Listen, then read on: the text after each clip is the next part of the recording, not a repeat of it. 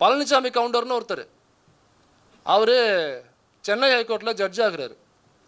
அப்போ அதுக்கான பாராட்டு விழா நடக்குது. சேலம் பக்கம் நினைக்கிறேன் பாராட்டு விழா நடக்குது. அதில் பெரியார் அவர்கள் சிறப்புரையாற்றுறதுக்காக கூப்பிட்றாங்க. இப்போ போகும்போது பெரியார் சொன்ன ஒரு சம்பவம் எல்லாருக்கும் நீங்கள் கேட்டிருப்பீங்க, இருந்தாலும் இந்த கேமரா வீடியோ பார்க்குறவங்களுக்கு சில பேர் தெரியாமல் இருக்கலாம்.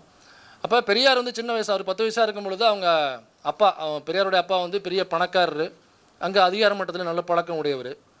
அப்போ அவர் பையனை கூப்பிட்டு வராரு, பெரியாரை கூப்பிட்டு வராரு.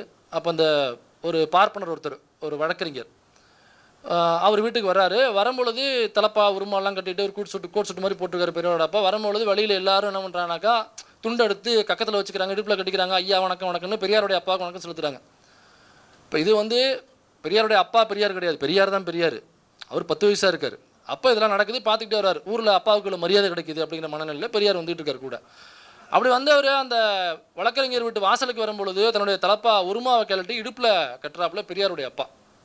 பாங்க, என்னடா அப்பா எவ்வளோ பெரிய ஆள், இன்னும் இங்கே வந்து ஏன் உருமாவை கழட்டி இடுப்பில் கட்டுறாரு. அப்புறம் உள்ளே போகிறார், சத்தம் இல்லாமல் கேட்டை திறந்துட்டு உள்ளே போகிறார். உள்ளே போனவனையே கொஞ்சம் கொஞ்சமாக குனிஞ்சு நிர்மிந்திருந்தவர் கிட்டத்தட்ட எடப்பாடியினுடைய ஒரு 50% ஆகிட்டார். இப்படி வந்துட்டார்.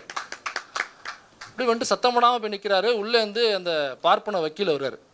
என்னடா அப்படிங்கிறாரு பெரியாருடைய அப்பாவை பார்த்து. பெரியாருக்கு தூக்கி வாரி போடு, நம்ம அப்பா எவ்வளோ பெரிய பணக்காரர், எவ்வளோ அதிகாரத்தில், எல்லாருமே அதிகாரிகள் எல்லாம் நம்ம அப்பாவை பார்த்தா ஏஞ்சி நின்று ஐயான்னு சொல்லி கும்பிடுவாங்க.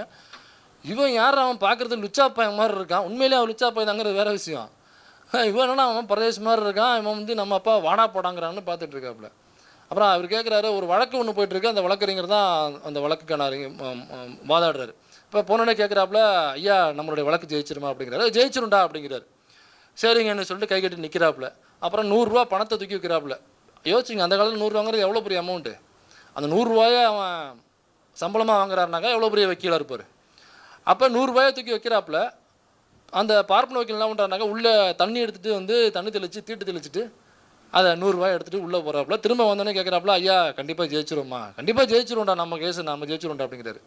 கிளம்புறதுக்கு முன்னாடி தலையை சுரிஞ்சுக்கிட்டே, ஐயா கிளம்புறேன், கடைசியாக நம்ம ஜெயிச்சிருவோமா அப்படிங்கிறாரு. அதுக்கு அவர் சொல்கிறார் அந்த பார்ப்பன வக்கீல், ஏண்டா என்ன கவுண்டர் பையன் நினச்சியா, சொல்கிற திரும்ப திரும்ப கேட்டுட்ருக்க அப்படிங்கிறாரு. அப்போ அதுக்கு அர்த்தம் என்னென்னு கேளுங்க. ஒரு குறிப்பிட்ட சமூகத்தினுடைய பெயரை சொல்லி இழிவுபடுத்துவதற்காக அந்த சமூகத்தினுடைய பெயரை பயன்படுத்துகிறார். இதை பெரியார் பழனிசாமி கவுண்டர் என்கிற ஒருத்தர் சென்னை ஹைகோர்ட் வக்கீலாகிறாரு. அவருக்கான பாராட்டு விழா சிறப்புரையாற்ற பெரியார் போகும்போது நினைவூட்டி, இப்படி நடந்துச்சு நான் 10 வயசாக இருக்கும் பொழுது, இப்போ வாடா, இப்போ எல்லாரும் வாங்கடா அப்படி சொன்னீங்களே, இன்னைக்கு வாங்க. அதே கவுண்டர் சமூகத்தில் ஒருத்தர் சென்னை ஹைகோர்ட் ஜட்ஜாக இருக்காரு, இப்போ வந்து கேள்றா அப்படின்னு அன்னைக்கு சொடக்கு போட்டு பேசினவர் தந்தை பெரியார் அவர்கள்.